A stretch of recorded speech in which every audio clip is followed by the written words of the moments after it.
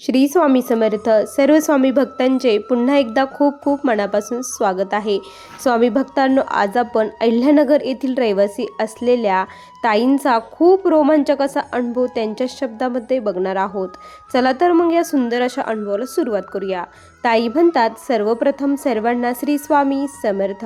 अनंत कोटी ब्रह्मांड नायक राजाधिराज योगीराज परब्रह्म भगवान श्री स्वामी समर्थ महाराज यांच्या चरणी कोटी कोटी प्रणाम.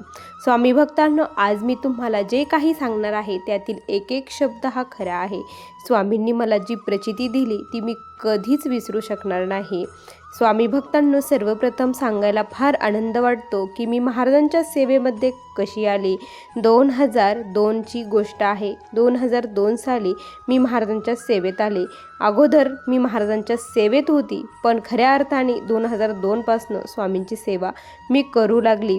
ती अशी, माझे जे आजोबा होते ते दत्तभक्त, त्यांना दत्तभक्ती खूप आवडायची. आमच्या घरी दरवर्षी गुरुपौर्णिमेला माझे आजोबा गुरुचरित्राचे पारायण करत असायचे. त्यामुळे नकळतपणे दत्तभक्तीचा वारसा माझ्याकडे आलेलाच होता. पण जेव्हा 2002 साली माझे लग्न झाले, लग्न झाल्यानंतर माझ्या जीवनामध्ये जे दुःखाचे वादळ उठले, ते वादळ शांत होण्यासाठी माझ्या आजोबांनी मला दत्तभक्ती करायला सांगितली. दिगंबरा दिगंबरा श्रीपाद वल्लभ दिगंबरा या मंत्राचा जप कर, तुझे सर्व दुःख दूर होतील, असे आजोबा म्हटले आणि त्याचप्रमाणे मी करू लागले. त्यानंतर मला स्वामींचे जीवनात आगमन झाले. आमच्या घराजवळच महाराजांचा खूप सुंदर मठ होता. जवळपास 1 किलोमीटर अंतर असेल. माझ्या ज्या मैत्रिणी होत्या तिथे झालेल्या, माझ्या चुलत जाऊ वगैरे त्या मठामध्ये जायच्या, त्या देखील महाराजांची सेवा करायच्या. त्यांनी मला एकदा, गुरुवार होता, तू देखील आमच्यासोबत आरतीला चल, असा हट्ट धरला.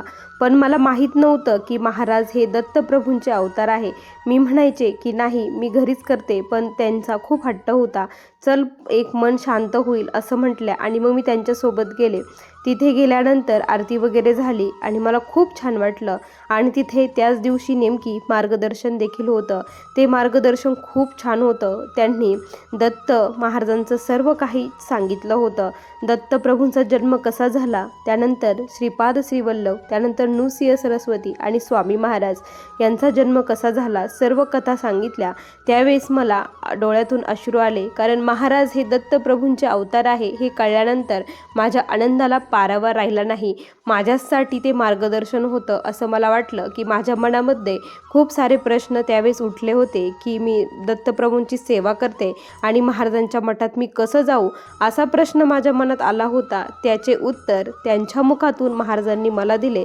मला खूप आनंद झाला, डोळ्यातून अश्रू आले आणि त्या दिवसापासून खऱ्या अर्थाने मी दत्तप्रभूंची म्हणजेच महाराजांची सेवा करू लागले. त्यांनी सांगितल्याप्रमाणे 3 अध्याय 11 माळी सेवा सुरू झाली. आणि माझे जे सासरे होते ते देखील वारकरी संप्रदायाशी जोडलेले गेले होते. ते विठ्ठलाची खूप भक्ती करायचे. दरवर्षी ते वारीला न चुकता जात असायचे. आणि ह्या वर्षी मात्र काय झालं की त्यांचा अचानक ॲक्सिडेंट झाला. ॲक्सिडेंट झाल्यामुळे त्यांच्या पाया फ्रॅक्चर झाला. त्यामुळे ते चालू शकत नव्हते. पण त्यांचा हट्ट होता की वारी चुकली नाही पाहिजे. त्यांची प्रचंड तळमळ होती आणि शेतामध्ये खूप कामं आलेली होती. ते माझ्या मिस्टरांना सांगत होते, माझं जरी जाणं नाही झालं तरी आपल्या घरातून कोणीतरी गेलंच पाहिजे, कारण जसं त्यांना कळत होतं तसं त्यांनी ही वारी कधीच चुकवलेली नव्हती. ते दरवर्षी वारीला जातच असायचे. आणि माझे मिस्टर म्हणे, शेतात खूप कामं आहे आणि कामासाठी कोणीच व्यक्ती मिळत नाही. अशामध्ये मी कसा जाणार एवढ्या दिवस, सर्व काही नुकसान होऊन जाईल, असे माझे मिस्टर म्हटले. आणि माझे सासरे अक्षरशः रडत होते. मला त्यांचं ते बघून खूप म्हणजे खूप वाटलं की यांची भक्ती आहे. यांना अक्षरशः जाता येत नाही म्हणून रडत आहे. मी महाराजांकडे प्रार्थना केली, स्वामी काहीतरी चमत्कार करा, काहीतरी करा, यांची बुद्धीमध्ये परिवर्तन करा, कुठला तरी एखादा माणूस येऊ द्या, काहीतरी करा, शेतीची कामं व्यवस्थित होऊ द्या आणि त्यांचंही जाणं होऊ द्या. कारण ते जर गेले, ते त्या भक्तीमध्ये जर रंगले तर मला देखील पुढचं जीवन हे माझं छान होईल असं मला वाटलं. महाराजांना कळकळून विनंती केली आणि जो भक्त महाराजांना अंतःकरणापासून साथ घालतो, महाराजांना अंतःकरणापासून काही मागतो, त्या ते महाराज त्याला देतच असतात आणि महाराजांनी तसाच काही चमत्कार त्या दिवशी केला. हा चमत्कार बघून सर्वजण थक्क झाले. आज देखील तो प्रसंग आठवला तर माझ्या अंगावरती थरारून शहारा येतो. स्वामी भक्तांनो, माझे मिस्टर शेतामध्ये पाणी भरत होते. दुसऱ्या दिवशी सर्वजण जाणार होते. दिंडी आमच्या तिथून जात असते, आमच्या घरी नाश्त्यासाठी थांबत असते आणि तिथूनच माझे सासरे त्यांच्यासोबत जात असायचे. आणि तो दिवस दुसरा होता आणि आदल्या दिवशी माझे मिस्टर शेतामध्ये पाणी भरत होते आणि अचानक एक धोतर घातलेली व्यक्ती तिथे आली आणि ते म्हटले की तुम्हाला दिंडीत जायचं आहे ना, तुमच्या काकांनी मला सांगितलं आहे आणि त्यांनी मला पाठवलं आहे. मी तुमची इथली सर्व काही जबाबदारी घेतो, स्वीकारतो. तुमचे जे काही काम आहे ते मी करतो. मला पैशाची प्रचंड गरज आहे, तुम्ही निश्चिंत होऊन जा, मी ते सर्व काही सांभाळतो. माझ्या मिस्टरांना वाटलं की हे नेमकी एवढं आहे आणि हे आजोबा कसे आले, काकांनी त्यांना कसं सांगितलं. त्यांनी काकांच्या सर्व काही खुणा माझ्या मिस्टरांना सांगितल्या. त्यामुळे माझ्या मिस्टरांनी जास्त चौकशी केली नाही. ठीक आहे म्हटलं, त्यांना सर्व काही व्यवस्थित समजावून सांगितलं, कुठे पाणी कसं द्यायचं काय ते सर्व काही सांगितलं आणि त्यांनी ठीक आहे म्हणून सांगितलं. माझे मिस्टर घरी आले. मला म्हटले की कामासाठी माणूस मिळाला आहे, काकांनी पाठवलेला आहे, तू त्यांना रोज 2 वेळेस जेवण देत जा, चहा वगैरे पाठवत जा, असं मला त्यांनी सांगितलं. मी म्हटलं ठीक आहे. दुसऱ्या दिवशी सर्व काही तयारी झाली. रात्री मिस्टरांची बॅग वगैरे भरली. मला प्रचंड आनंद झाला. महाराजांपुढे जाऊन म्हटलं, ही तुमचीच कृपा आहे, तुम्हीच सर्व काही केलं आहे, करता करविता तुम्हीच आहात, असं महाराजांना मी सांगितलं. त्यानंतर माझे मिस्टर सकाळी त्या दिंडीसोबत गेले आणि आमच्या घरचा जो कोणी तो व्यक्ती होता तो घरी कधीच आला नाही. मी त्याला शेतामध्ये डब्बा घेऊन रोज जाऊ लागले आणि त्यांनी माझ्यासमोर पोटभर जेवण करायचे आणि शेताची त्यांनी प्रचंड काळजी घेतली. एवढी काळजी कोणीच घेणार नाही. व्यवस्थित पाणी वगैरे सर्व काही केलं.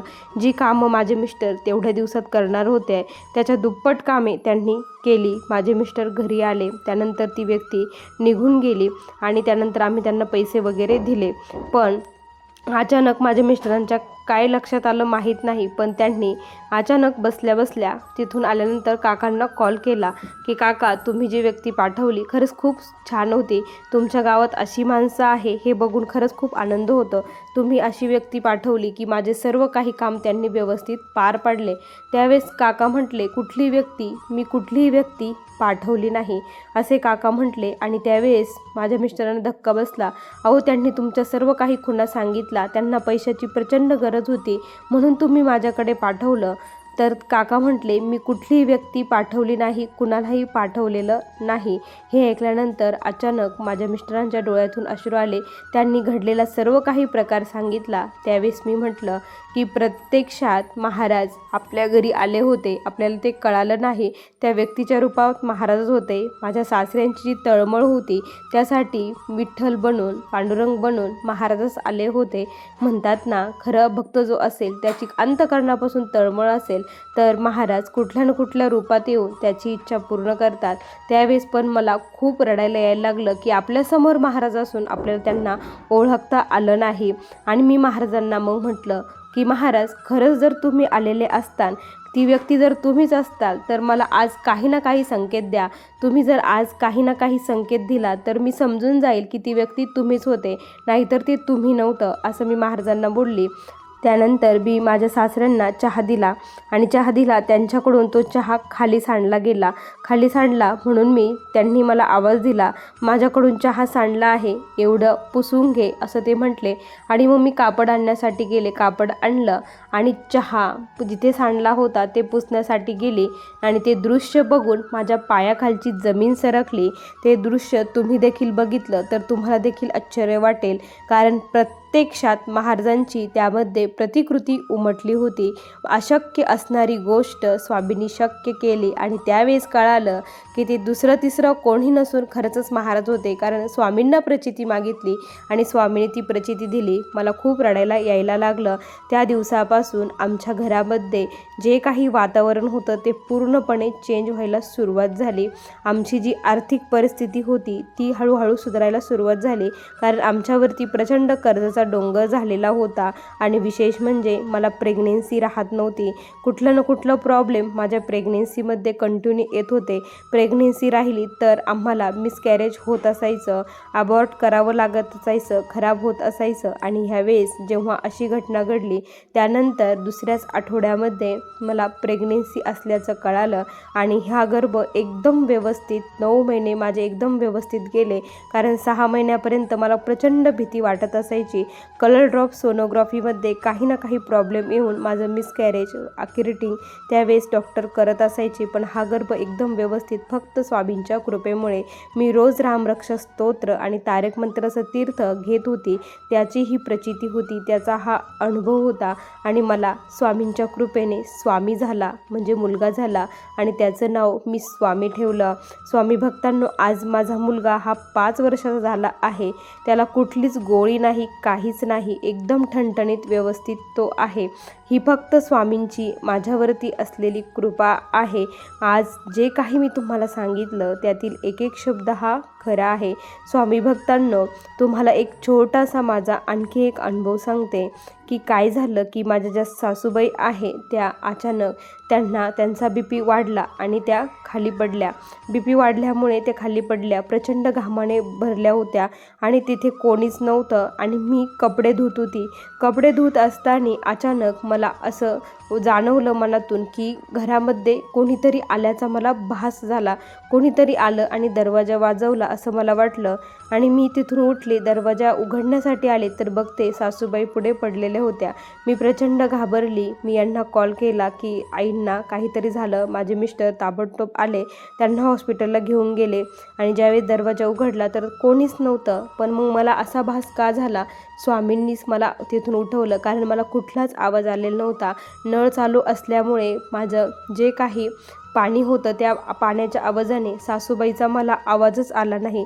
पण महाराजांनी आतून मला ती प्रेरणा दिली की कोणीतरी आलं, या हेतूने तरी मी उठावं आणि बघावं. आणि त्या दिवशी महाराजांच्या कृपेने माझ्या सासूबाईंचा प्राण वाचला, जीव वाचला. कारण डॉक्टर म्हटले आणखी तुम्ही थोड्या वेळ देखील लेट केलं असतं तर ह्या गेल्या असत्या असं म्हटल्या. त्यावेळेस खरंच जिथे महाराजांचं अधिष्ठान असतं तिथे काहीच अघटित घडू शकत नाही याची प्रचिती स्वामींनी पुन्हा एकदा मला आणून दिली. जेव्हापासून स्वामी जीवनात आले तेव्हापासून असे छोटे मोठे स्वामींनी आत्तापर्यंत प्रचंड म्हणजे प्रचंड अनुभव मला दिले आहे. त्यातील हे अनुभव तुमच्यासोबत शेअर करावं अशी इच्छा मनामध्ये झाली, म्हणून हे अनुभव आज मी येथे शेअर केले आहे. श्री स्वामी समर्थ. बघा स्वामी भक्तांनो, किती सुंदर अनुभव आहे ताईंचे. तुम्हाला हे अनुभव कसे वाटले नक्की कमेंटमध्ये कळवा. पुन्हा भेटूया अशा सुंदर अनुभवासोबत. तोपर्यंत सर्व स्वामी भक्तांना श्री स्वामी समर्थ. जय जय स्वामी समर्थ. श्री गुरुदेव दत्त.